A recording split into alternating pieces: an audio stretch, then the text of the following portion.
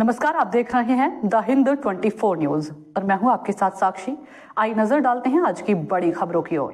पानी और मच्छर जनित रोगों का कहर। कल 7 साल की बच्ची और कक्षा 12 के छात्र की बुखार से मौत हो गई। सूरत शहर में पानी और मच्छर जनित बीमारियों से लगातार मौतें हो रही है। पिछले 30 घंटों में और 3 लोगों की जान गई है। सचनी क्षेत्र में रहने वाले 16 वर्षीय किशोर की मात्र 1 दिन के बुखार के बाद मौत हो गई। सूरत सिविल अस्पताल में बच्चों की ओपीडी में भारी वृद्धि दर्ज की जा रही है।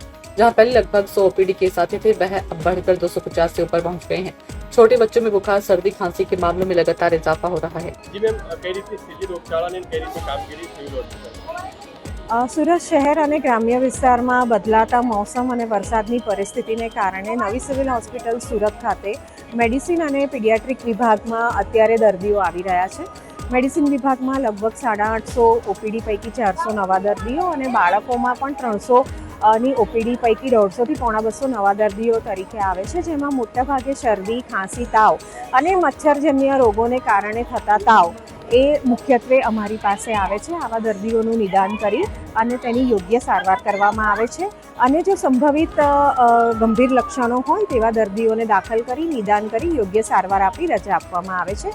આ પરિસ્થિતિને પહોંચી વળવા માટે નવી સિવિલ હોસ્પિટલ સુરતનું તંત્ર કટિબદ્ધ છે।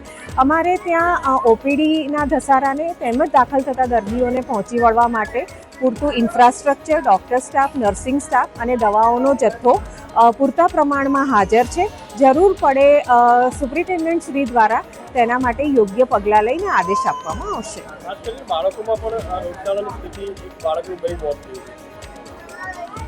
આ બાબતે હું આપ સૌને જણાવી દઉં કે બાળકોમાં જે રોગપ્રતિકારક શક્તિ ઘણી નબળી હોય છે, ખાસ કરીને નાના બાળકોમાં। તો આપ સૌના નમ્ર વિનંતી છે કે જો નાના બાળકોને કોઈપણ રોગના શરૂઆતના લક્ષણો દેખાય તો તેવા બાળકોને ઘરે દવા ન કરતા કે સમય વિલંબ ન કરતા આવા બાળકોને તરત જ હોસ્પિટલમાં બતાવી જરૂરી નિદાન અને સારવાર ચાલુ કરી ડૉક્ટર દ્વારા કહેવામાં આવેલ સારવારને પૂરી કરવાની જરૂર હોય છે, જેને લઈને બાળક સ્વસ્થ થાય। જો આમાં કોઈ ગંભીર બેદરકારી દાખવવામાં આવે તો બાળકની હાલત ગંભીર થઈ શકે છે અને બાળક મોતને ભેટી શકે છે। સિવિલમાં પણ બાળકોની સંખ્યા વધી છે।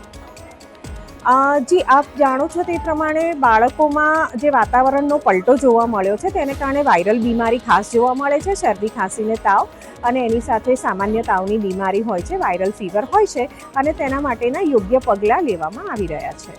देखते रहिए द हिंद 24 न्यूज।